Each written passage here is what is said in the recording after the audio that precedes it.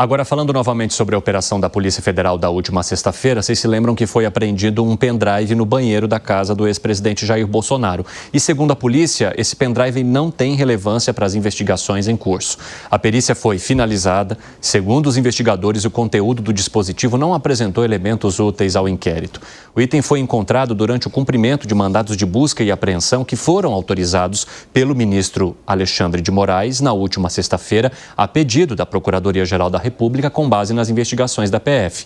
Além do pendrive, foram apreendidos o celular de Bolsonaro, $14 mil, R$7 mil em espécie, então os dólares e os reais em espécie, e no mesmo dia, Jair Bolsonaro teria sugerido que o pendrive poderia ter sido plantado, porque ele falou que nunca tinha usado esse dispositivo.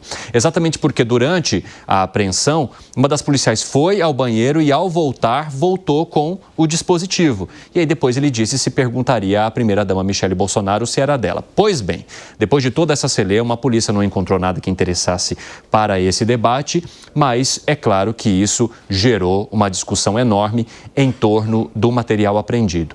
E exatamente por conta dessa divulgação, Alan Gani, você entende que haja a necessidade de muitas vezes, antes da divulgação, haver a finalização para depois se dizer todo o material que foi encontrado ou aquilo que poderia ser encontrado, porque senão já se cria também uma história em torno de algo que ainda precisa ser investigado e verificado. Exatamente, Evandro. Me parece que foi novamente uma medida muito excessiva e novamente um caso claro de fishing expedition, ou seja, a tal da pesca probatória. Eu não consigo atingir Eduardo Bolsonaro diretamente, portanto atinjo Jair Bolsonaro, faço uma busca e apreensão na casa dele, encontro o pendrive na esperança de encontrar algum material que possa incriminá-lo ainda mais. Isso desrespeita todo o ordenamento jurídico que a gente está acostumado, né?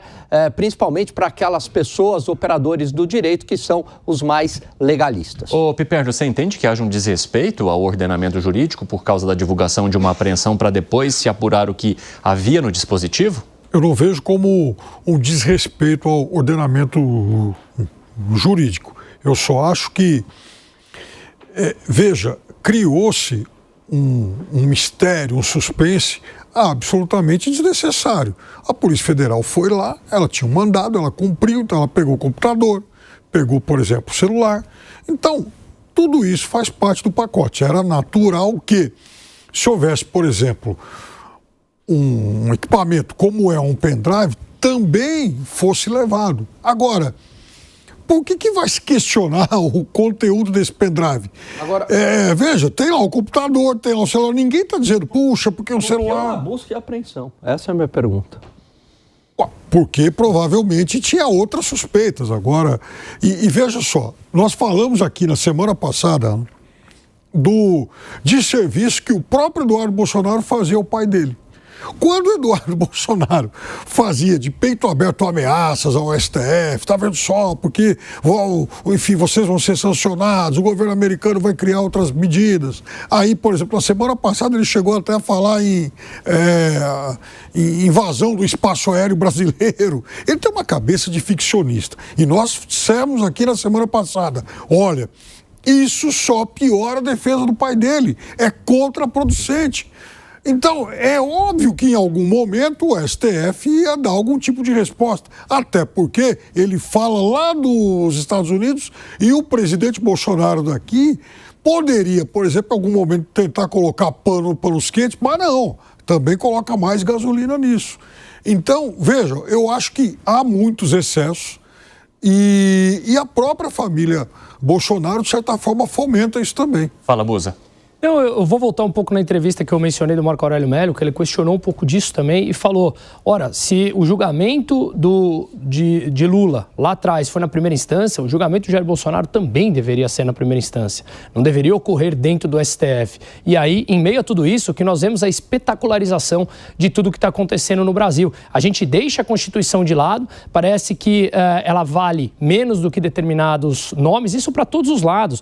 E a nossa discussão não fica na parte técnica, a gente entra na parte, de novo, espetacularização de um próprio sistema. Por fim, apareceu que não tem nada. Ou seja, de tudo que foi descoberto, eu concordo com o Alan, por que da busca e apreensão? Mas de tudo que foi descoberto, está dentro de uma normalidade. 14 mil dólares, 5, 10 mil reais, não sei, e um pendrive que não vale de nada segundo a Polícia Federal. Pareceu que realmente foi esse show de espetáculo. Arremate, Zé Maria. Esse trabalho da Polícia Federal está sendo criticado duramente por Eduardo Bolsonaro, inclusive, que é um policial licenciado quando ele foi exatamente para a política. E não é assim. Eu não considero que seja exatamente uma chamada pesca, né? Que é você lançar lá uma operação para ver se acha alguma coisa, acha um pendrive a mais, um computador, porque Bolsonaro foi alvo já de 3 outras operações. Então, já é um campo muito lavrado, segundo ele mesmo diz, né? Mas, de qualquer maneira, eu entendo que foi uma operação considerada desnecessária.